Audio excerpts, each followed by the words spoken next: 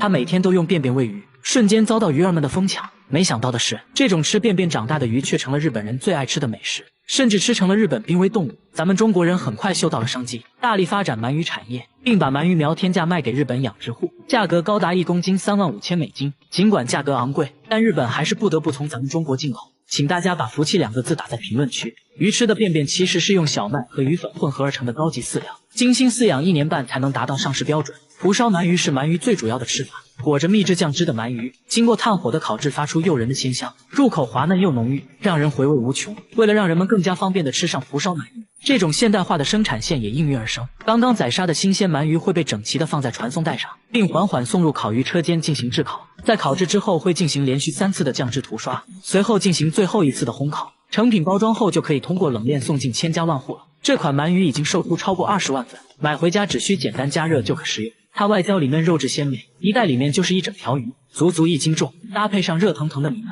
足够3个人吃到爽。左下角最近正在搞活动，天冷了赶紧吃起来吧。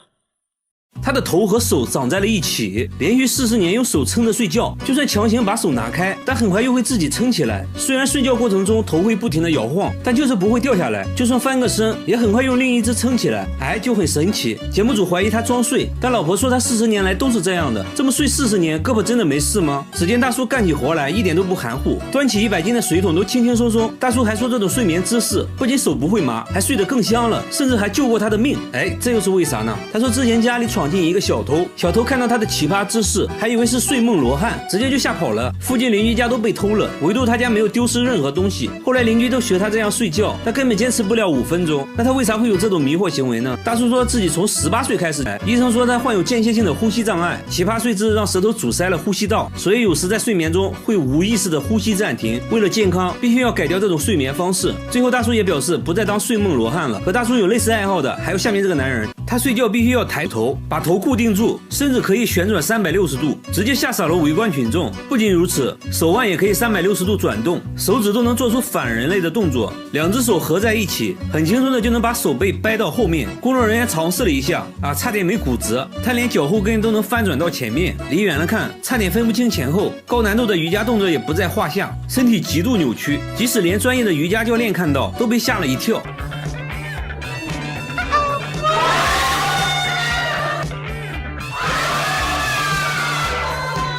他们说从来没迷惑行为大赏。他家客厅成了墓地，每天早上都会出现上万只死掉的蜜蜂，蜜蜂尸体能装满3个垃圾桶。然而更多的蜜蜂还在源源不断的涌进来就算把纱窗打开，蜜蜂也不走，好像屋里有什么东西吸引着它。主人也是惨被蜜蜂围攻，蛰得满头大包一到晚上更夸张，整个天花板都会震动，还会传出一种怪声没办法，晚上只能睡在卧室的帐篷里。然而邻居家并没有出现这种情况，附近呢也没有养蜂场，那他们是从哪里来的？为什么偏偏选择他家？他家是有什么东西在吸引蜜蜂吗？真的奇怪第二天，节目组再次上门，主人说今天死掉的蜜蜂很少。工作人员敲了敲天花板，里面也没有发出嗡嗡的声音，难道是一夜之间都死了？节目组用热像仪也没有检测到任何温度，决定打开天花板看看到底什么情况。找来了专业养蜂人，一打开就发现一个硕大的蜂巢，蜜蜂也都活着，还发现客厅出现的蜜蜂都是通过电线孔钻出来的。原来当蜂巢内部温度过高时，蜜蜂会扇动翅膀来通风，就会出现嗡嗡的声音。之所以现在蜜蜂安静下来，是因为天气降温了，它们1年只能生产出1个蜂巢，现在有6个蜂巢，说明它们已经在天花板生活6年了。那没什么好说的，直接给蜜蜂搬家，最后还收获了17公斤的蜂蜜。主人说这就算6年的房租费了。然而下面村庄发生了更离奇的事，每到凌晨1点，整个村子就会传来龙的叫声。村长说声音是从半年前开始的，每到凌晨1点就会准时响起，一直持续到早晨不戴耳塞根本没法睡觉，很多人受不了都搬走了。有村民认为是之前开山采石动了龙脉，而节目组却认为是锅炉的声音，但村长说自己早就检查过了，锅炉一切正常。节目组继续寻找声音来源，这时一个类似的声音传来，来到屋内才发现是缝纫机的声音，但声音非常小。缝纫机表示这个锅我不背，那难道是管道施工惹的祸？但施工队表示从来不会在凌晨施工，一时间关于声音的说法越来越多，听起来也越来越灵异。又来到了凌晨，节目组全体动员，在村中各个角落寻找声音来源，还安装了声纳设备来监控。不一会儿，声音准时响起，大家都指向了同一个地方，正是锅炉所在的位置。声纳设备也检测出声音就来自村长家的锅炉。这就很尴尬了，村长还是不肯相信，明明自己检查过的。锅炉售后人员排查了半天，终于找到了问题所在，锅炉上一个电磁阀产生了滑动，导致了这种不寻常的声音。维修完毕，村民终于可以睡个好觉了。同样在凌晨出现诡异声音的还有下面这个公寓，每到凌晨4点，整个公寓就会传来敲门声，有时候是玻璃球掉地上的声音。声音是从5年前开始的，每天持续4个小时。声音出现时，整个房间都有回声，墙壁都会震动，很多人都无法安心睡觉，出现了不同程度的神经衰弱。有人干脆在外面租房住。物业也调查过原因，关闭了所有能产生噪音的设备，但最终声音还是没有停止，现在反而变本加厉，什么奇怪的声音都会出现。节目组在公寓不同位置都安装了摄像头。又来到凌晨4点，敲门声再次响起，1小时过后，又变成了玻璃球滚动的声音，声音竟然高达90分贝。要知道啊，地铁站声音也才81分贝。工作人员发现，用铁锤摩擦瓷砖产生的声音和玻璃球掉落的声音很像，怀疑是有人故意这样做的。节目组在其他楼层安装了更多的摄像头，想找到这个人。接下来就是等待声音的出现，但是1晚过去了，完全没有出现任何声音，连续几天声音都没再出现。其实已经没必要再调查了，很明显了，恶作剧的人就在公寓里，至于是谁就不好说了。1个月后，节目组做了个回访，物业表示，自从节目组采访过后，声音就没再出现过，这下都能安心睡觉了。好了，我是岳贝，关注我，每天一个迷惑行为大赏。他吃冰淇淋要加辣椒酱，一口下去冰火2重天，还说口感很像奥利给。咖啡里也要加入半瓶辣椒酱，搅拌一下一饮而尽。他说餐厅的辣椒一点都不辣，会随身带着1瓶秘制辣椒酱。吃炸酱面要先来上1勺免费辣椒，再加入自己秘制辣椒，好家伙，直接成了辣椒拌饭。旁边大哥闻了一下就辣到咳嗽，吃完呢接着喝点水，水里也要挤入辣椒酱。更奇葩的是，喝感冒药也要加辣椒酱，还说这样容易出汗，好得快。剩下的一点药汤里再加上米饭，这样更有食欲了。感冒好了就要吃烧烤，喝啤酒那自然少不了辣椒酱，喝这么1杯顶过去2杯。不仅如此啊，连他7岁的儿子都酷爱辣椒酱，米饭必须拌辣椒才能吃，连黄桃罐头都要蘸辣椒。刚开始工作人员还以为是番茄酱，尝了一口，厉害厉害，和他爸爸一样，他喝水也只喝辣椒水。不仅是辣椒，各种各样的芥末也是他的最爱，如果不给吃他就会哭。那他们真的健康吗？经过检查，医生发现父亲患有严重的胃溃疡，儿子很幸运，暂时没发现问题，但医生还是建议少吃，毕竟正在长身体，要多吃有营养的东西。如果吃辣有段位，下面这位大妈也属于王者级别，她10分钟就能吃完1盆辣椒，这就是她今天的午饭。为了增加口感，她会用辣椒蘸辣椒酱，嘎嘣脆，好像吃黄瓜一样。她竟然没有丝毫反应，这该不会是假的吧？工作人员决定尝一下，咬下1小口，差点被送走。大妈淡定地看着一切，不一会儿就干完了1盆。为了测试她能吃多辣，节目组准备了世界各地的辣椒。大妈看着两眼放光，这么多辣椒看着就好吃。首先出场的是来自墨西哥的胡椒，大妈说还不错啦，很甜。接着是烟熏辣椒，吃着像柿饼。第3个是来自泰国的辣椒，吃起来脆脆的像薯片。一旁的工作人员都看乐了，再次尝试，还是辣到不行。大妈感觉很莫名其妙，根本就不辣嘛。虽然大妈很能吃辣，但也有她吃不了的东西，她不能吃洋葱和大蒜，一吃就会满脸通红，甚至会吐血。为啥会出现这种奇葩现象？医生提取了辣椒素，对大妈进行感官测试，把沾满辣椒素的棉签插入鼻孔，大妈一点反应没有。医生认为大妈对辣椒素不敏感，而大蒜之所以辣，是因为含有大蒜素，大妈对大蒜素非常敏感，所以才会觉得辣。即使这样，我觉得大妈也属于吃辣的王者级别了。然而下面这位小姐姐表示不服，冰淇淋加辣椒酱，这是她的神仙搭配，她一天就要吃3瓶辣椒酱，橱柜里也摆满了各种辣椒酱，每顿饭都要加上新鲜的辣椒段，还说辣椒能帮自己释放压力。现在她要挑战当地最辣的炸酱面，还要求厨师多放1斤辣椒面。即使这样，她还是不满足，在面上又加了辣椒段，吃得一脸惬意，周围人都觉得不可思议。节目组给她准备了3种当地最辣的食物，第一个是辣炒年糕，刚吃一口她就笑了，没什么感觉嘛。第2个是辣酱咖喱，这个有一点点感觉，很快就干完了1盘。第3个是魔鬼辣鸡腿，仔细品尝下还是一点反应没有。她说从来没有吃到过让自己感觉辣的东西。听到这话，节目组放出了大招，端上来1盒死神辣条，是用世界上最辣的龙息辣椒制作的，辣度是普通辣椒的220倍。据说这玩意儿只能中午吃，很多人吃完都坐上了依维柯大金杯。小姐姐也重视了起来，扎上头发，准备好牛奶，挑战开始。她一口吞下去，仔细嚼了嚼，还不错。刚开始有点甜，后面有一点点辣，即使这样，她依旧一滴汗都没出。不过这样吃辣屁股受得了吗？经过检检查，医生说他患有轻微的食道炎和痔疮，必须要改变饮食习惯了。好了，我是岳飞，关注我，每天一个迷惑行为大赏。他天生就有2个胃，一次能吃100个肉夹馍，吃自助餐盘子都能堆到天花板，老板被狠狠上了一课。但这仅仅只是开胃菜，接着来到路边摊又吃掉了10份烤冷面，这属于他的餐后甜点。这样下来一顿午餐就算吃完了，来到公司直接冲进了厕所，还说自己消化快，一天就要拉8次，放屁都比别人臭。每天都是上班、餐馆、厕所3点一线。下班后他来到一家烤肉店，先要了10斤五花肉垫垫肚子，烤到滋滋冒油，一次夹上3块，再放上1勺芥末，一口吞了下去。很快10斤肉就进肚子了，现在感觉有6分饱了。回家又做了1份辣酱拌饭，还加了1管芥末，说自己完全感觉不到辣。之所以这么能吃呢，是因为自己天生有2个胃。工作人员肯定不信啊，带他来到医院，医生也不信，从来没听说过有2个胃的人。接着给他做了胃镜检查，医生的表情逐渐严肃起来，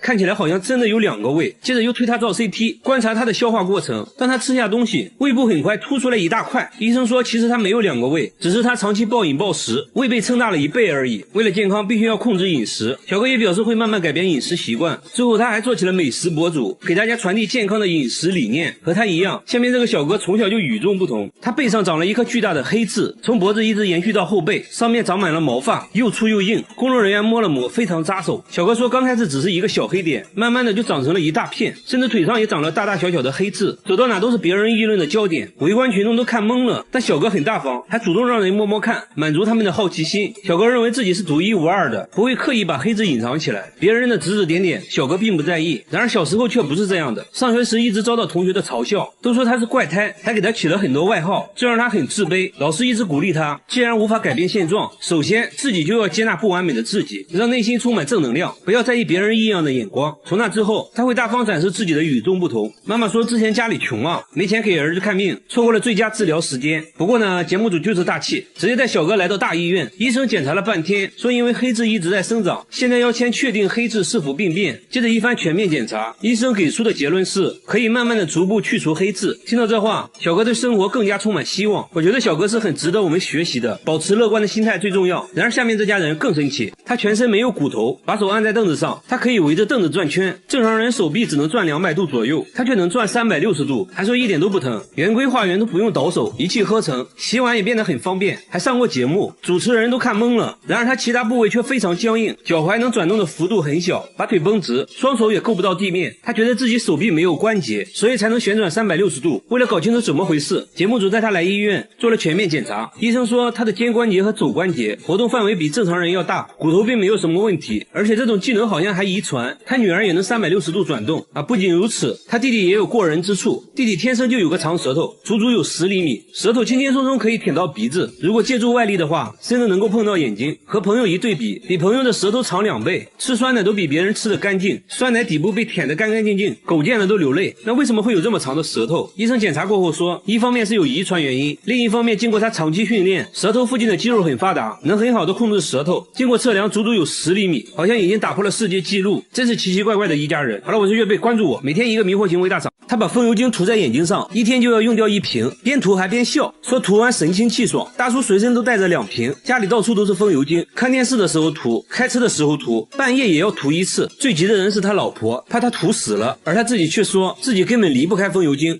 这又是为啥？他也不解释啊，反而变本加厉，觉得涂眼睛上不过瘾了，直接用风油精洗脸，看样子也不错，洗完精神抖擞。那他到底为啥要涂风油精？真的是奇怪。周围人也是看得一脸懵逼，真的不会疼吗？旁边的大叔决定试一试，结果直呼辣眼睛。这时啊，他终于说出了涂风油精的原因。原来大叔之前眼睛受了伤，什么都看不清，偶然用了1次风油精，竟然能看清楚了。从那之后就离不开风油精了。但风油精真的有那么神奇的功效吗？医生猜测，在风油精的刺激下，大叔眼泪分泌旺盛，使得眼睛非常湿润，这可能是帮他看清楚的原因。但风油精对眼睛有非常大的伤害。经过检查，大叔的眼角膜确实受到了严重损伤，风油精没能治愈他，反而加重了病情，必须立即停止使用风油精，还给大叔拿了专门治疗眼睛的药物。所以说有病就要对症下药，不要相信偏方。和他比起来，下面这位尼姑更奇葩，他把洗衣液涂满全身，每天都要涂好几次，一天就要用掉3瓶。诵经累了就要往身上涂洗衣液，外面散步的时候要涂一涂，工作时也要涂，总之不允许身上有干燥的地方。就连洗澡都是用洗衣液，先往盆里倒入满满1瓶，蹲在盆里就洗了起来，洗衣液直接成了他的沐浴露，家里还存了上百箱的洗衣液。然而这仅仅只是1个月的量，他1年内用掉的洗衣液足够别人洗17年的衣服。更奇葩的是，他洗衣服呢却从来不用洗衣液，还说用洗衣液洗衣服就是浪费。节目组很担心他，而他自己却说正是洗衣液救了他的命。这又是为啥？原来啊，去年他遭遇了入室抢劫，受了严重的外伤，虽然恢复了健康，但皮肤依然瘙痒不断。有天实在痛到无法忍受，莫名其妙涂了一点洗衣液，没想到皮肤一下就不痒了，还治好了自己的脚气，从此就一直使用洗衣液了。节目组还是担心他的健康，带他来到医院检查，医生说伤口愈合的时候痒一点是正常的，但由于洗衣液的刺激，他的皮肤变得很干燥，还得了皮炎，必须停止使用洗衣液。他也很听话，回家就把洗衣液都丢了，用上了正规的护肤品。和他一样有奇怪癖好的还有下面这位奶奶，她把凡士林涂在眼睛上，每天用1盒，已经这样做了30年，涂完还要做眼部运动，耳朵后面脖子上也不能少，再挖上一大勺涂在膝盖上，说可以治感冒，脚上也不能少，据说治脚气一绝。肚子疼呢就涂在肚脐眼里，手上有伤口也可以用，还说能加快伤口愈合。凡士林在他这里可以说是包治百病，一天就要涂3次，家里任何地方都能找到凡士林。医生说虽然凡士林有滋润皮肤的效果，但是要适量。奶奶呢却什么话都听不进去，因为她认为自己亲身体验过凡士林的神奇效果。奶奶出门可以不带钱包，但不能不带凡士林。来到公园就开始锻炼，爬上爬下，看起来身体确实很灵活。这还没完，奶奶还展示了自己的绝活劈叉。要知道奶奶今年已经80了，然而她的迷惑行为还不止这些。晚上睡觉前会拿2个木棍在身上来回敲打，说可以疏通经脉。为了健康，她把大部分时间都拿来锻炼身体。那她现在情况如何？医生检查过后说奶奶的眼睛出现了角膜发炎，不能再往眼睛上涂凡士林了。凡士林带给奶奶的只是一种心理安慰，对健康并没有什么好处，运动才是她保持健康的最大原因。好了，我是岳飞，关注我，每天一个迷惑行为大赏。监控每天都能拍到一个神秘物体，通体白色，还带2个小翅膀，一闪而过，速度极快。刚开始呢，工厂保安认为是塑料袋之类的东西，但每天都出现就很不正常了。员工在监控附近找了半天，都没有看到任何塑料袋，诡异的现象不断出现。工厂另一个监控也拍到了奇怪画面，有一束强光射在地面上，好像是外星飞碟在盘旋，同时还能听到狗在大叫。出来呢，却什么都没有看到，光束只能被监控拍到。这件事很快惊动了工厂老板娘，老板娘呢是个文化人，她才不信什么飞碟之类的，让员工用纸飞机模拟白色物体，在监控前丢出纸飞机，监控显示纸飞机全身也发着光，和刚开始拍到的物体很像。哎，这就对了嘛，之前的白色物体肯定也是个什么垃圾之类的。老板娘又让员工用强光手电模拟光束，虽然在监控上能看到强光手电形成的光晕，但是和之前稳定的光束完全不同，无论怎样模拟都达不到之前的光束效果。老板娘怀疑监控设备出了问题，找来监控售后人员检查了半天，售后却说设备一切正常。哎，真的是奇怪。节目组又架起了多个摄像机，也拍到了神秘的光束。没办法了，请专家吧。专家左看右看，说这束光看起来和普通的光线不一样，光束很稳定，不会扩散，这是地球上的光源做不到的。难道真的是外星飞碟？专家左思右想也找不到合理的解释，还真成了未解之谜。同样遭遇怪异事件的还有下面这座寺庙，寺庙里的荒废电梯每晚都会传来诡异的哭声，声音是从这个缝隙里传出来的，电梯底下好像住着什么东西。师太说每次打坐念经的时候声音就会立马停止，这东西好像很害怕念经，关键这是佛门净地，怎么可能会有那种东西？师太心里还是有点怕，每晚都会安排人念经到天亮，这东西胆子也是越来越大。有一次师太吹口哨，他竟然还回应了起来，那会不会是小动物之类的？师太说下面全是水，不可能有动物能存活的。那这电梯下面到底是什么？节目组决定把相机伸到下面一探究竟，左看右看，除了一滩死水，里面啥都没有。接着又把相机伸到水下，还是一无所获。师太想吹口哨引起这东西的回应，这次未能如愿，里面还是静悄悄的，实在没办法了。节目组决定拆电梯，还把电梯里面的水都排空了。工作人员壮着胆子爬了下去，环顾四周没有看到任何生物。工作人员不放弃，继续翻找，突然一只树蛙跳了出来，难道声音就是他发出来的？专家再次听了下录音，哎，还真是树蛙的叫声。之所以声音和平时蛙叫有差别，是因为它们正处在发情期而已。解决了寺庙的问题，下边的玩具又出现了新问题。这个玩具频频传来怪声，只要静静的听，就能听到滴答滴答的声音。他有次还看到女儿半夜跟玩具对话，这把他吓了一跳。女儿却表示自己很喜欢这个玩具，真的是奇怪，一个实木玩具怎么可能会叫？有时候主人气不过，用力敲2下，它又会稍微消停一会儿。不过凡事要讲科学，节目组用话筒录下了了这个怪声音，找到了声音分析专家，对录下来的声波进行了波长分析。专家说声波间隔不一样，很明显是一种有生命的东西，应该是某种生物移动时产生的声音。哎，真是见了鬼了！主人拿着玩具又找到了一位木工，木工研究了半天，说自己没有听过这种声音，这不像是木头能发出来的。所以床里真的有某种生物吗？主人做了个奇葩的决定，把玩具带到了医院，干嘛呢？上 CT 机。医生们也是第一次给床做 CT， 看了半天，终于看到了一点点奇怪的地方。这个木头边框里面有个3厘米的东西，经过反复实验观察，医生确定这就是一只3厘米长的虫子，而且还发现了虫子吃木头的痕迹。看到这个东西，夫妻是想哭又想笑，原来都是他在搞鬼。好了，我是月贝，关注我，每天一个迷惑行为大赏。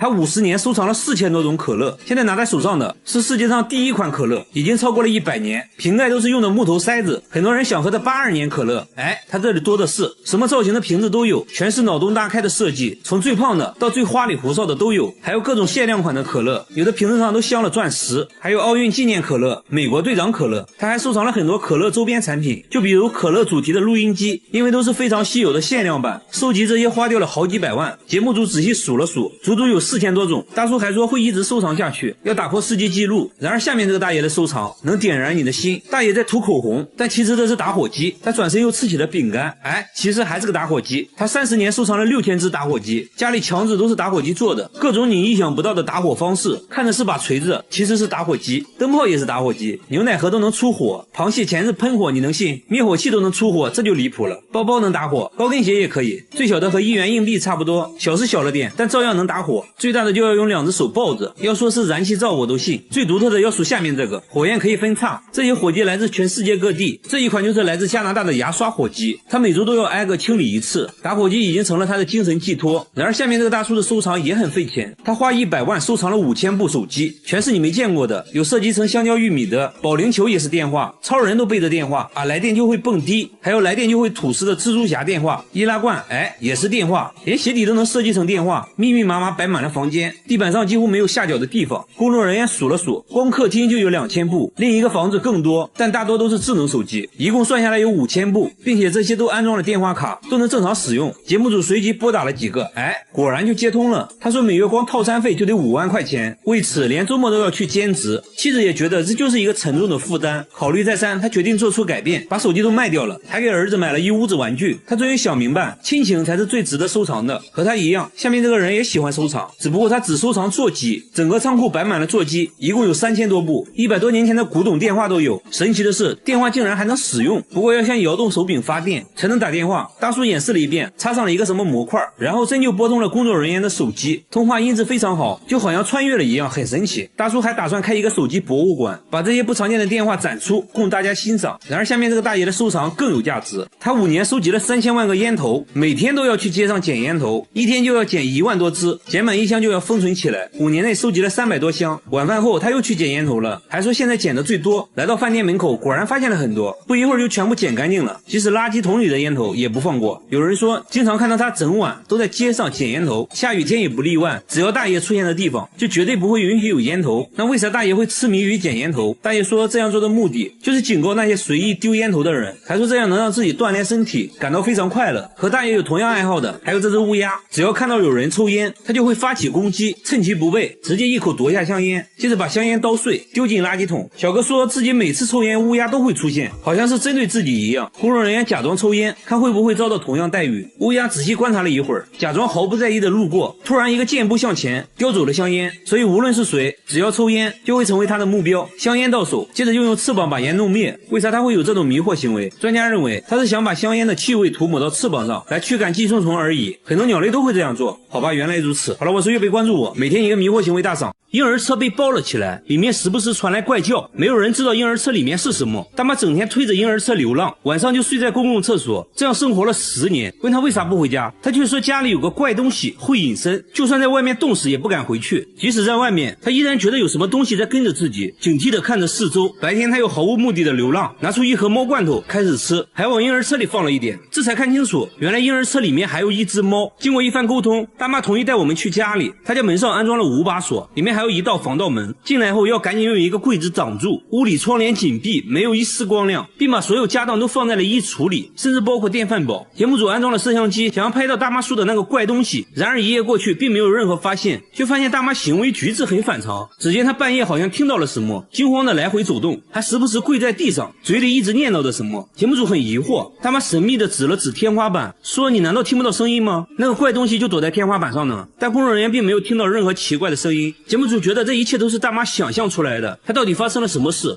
经过长时间的沟通，他决定去医院。一番交流下来，医生说他患有妄想症和精神分裂，必须尽快吃药治疗。原来之前他妈妈生了一场大病，因为没钱治疗嘛，很快就去世了。没过多长时间，父亲也去世了。他感觉自己没有保护好父母，从那时起内心充满了愧疚，只有在人多的大街上才能避免内心的孤独。只要在房子里，就会产生屋里有别人的幻觉。相对来说呢，下面这个大妈就正常多了。鸡蛋连壳一起吃，一天要吃1斤蛋壳，大妈已经吃了10年。香蕉在裤子上蹭2下直接连皮吃，再来一口带皮的橘子。哈密瓜带皮吃，甚至连苹果核也要吃，这样吃不会吃出问题吗？而他自己却说这是外壳救了他的命。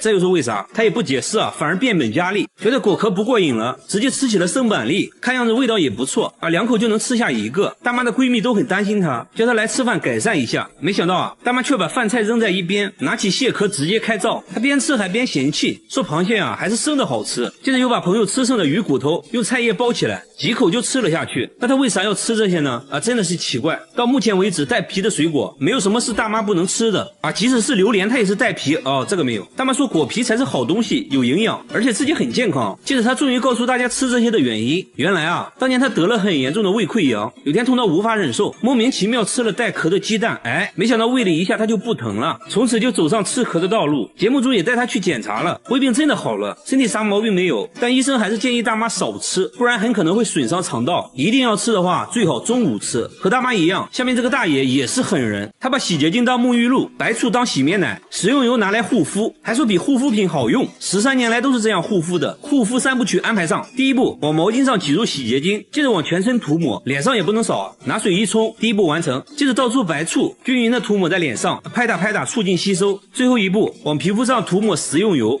保湿又美白。他说白天要用玉米油，晚上用花生油，这样保湿效果最好。工作人员摸了摸，果然很光滑。这样一套下来的话，就可以上烧烤炉了。不仅如此，大爷刷牙也要用白醋，说可以消菌杀毒，口气都变得清新了呢。至于牙膏嘛，有别的用处。只见他往手上挤入半管薄荷味牙膏，接着就开始洗头了。你别说，泡沫还挺丰富的。大爷说这样洗完清爽自然，工作时也要随身带着白醋，没事就要拿出来涂一涂。看电视也不能闲着，连妻子都不能理解大爷的奇葩操作，直接把妻子熏走了。为了达到更好的保湿效果，他还会用食用油自制面膜。不得不说皮肤看着细腻了很多，医生也没有检查出任何问题。由于大爷年龄大了，如果继续这样操作的话，皮肤可能会恶化。这种护肤方式好不好不知道，反正我感觉挺入味的。好了，我是月贝，关注我，每天一个迷惑行为大赏。这个植物一天能长3米，100年才会开1次花。神奇的是，大妈只养了1个月就开花了。几天前，大妈刚从医院出来，就遇到了一个怪和尚，什么都没说，就把这棵植物送给了大妈。自从这植物来到家里，发生了很多神奇的事，大妈的身体也在一天天好转。大妈认为这些都是这棵植物带来的，觉得植物被高僧开光了。从那时起，大妈每天都会精心照料，浇水都是用山泉水，嘴里还一直念叨着撒浪嘿呦。刚开始呢，它只是冒出了一个小尖尖，没想到一夜之间长到了3米，而且还在不停的往上涨。节目组架起相机近距离观察，植物肉眼可见的变大。那这棵植物到底是什么？为此节目组请来专家小亮来鉴定这个热门生物。专家觉得很不可思议，说这东西根本不会生长在这里，当地的环境不利于它生长，长成这么高非常罕见。原来这种植物叫龙舌兰，这根长长的就是它的花茎，最后会在顶端开花，据说100年才会开1次花，但只要开花后它就会急速衰败枯萎，一生也只开1次。几天后，龙舌兰真的开花了，看起来好像一把火炬，上面还泛着光，蜜蜂都被吸引来了。它现在的高度达到了4米，全村人都来围观，很多人都是第一次见。据说龙舌兰开花就能实现愿望，众人纷纷低头许愿。然而下面这只小香猪表示不服，他家的宠物小香猪1个月就长到了300斤，2个男人都抱不起来，肚子都快碰到地板了，还长出了3下巴，本来是个迷你猪，结果现在一对比，主人变得很迷你，他直接从佩奇变成了八戒。有次主人想要抱一下结果闪到了腰，当时卖家还郑重承诺，迷你小香猪长不大，最多不超过30斤，假一赔10。可是随着时间一天天过去，主人才发现自己上了当，佩奇不仅能吃，而且长得飞快。主人找卖家售后，卖家说可以赔你10倍，你把货退回来，我们重新给你发10只小猪仔。主人一想，不对啊，我这不成养猪的了吗？毕竟养了这么长时间，都有感情了。主人决定给他减肥，第一步带上计步器，一块行走的五花肉上线了。刚走了2步他就躺下了，主人以为他至少能走30分钟，结果他要休息30分钟。第2步吃减肥餐，用食物引诱他走路，结果主人却累瘦了。最后主人想到一个绝招，给佩奇制作了一个结实背带，前面吊上一根他最爱的胡萝卜。你别说效果不错，他走路积极多了。几天后再次上秤，减肥效果非常明显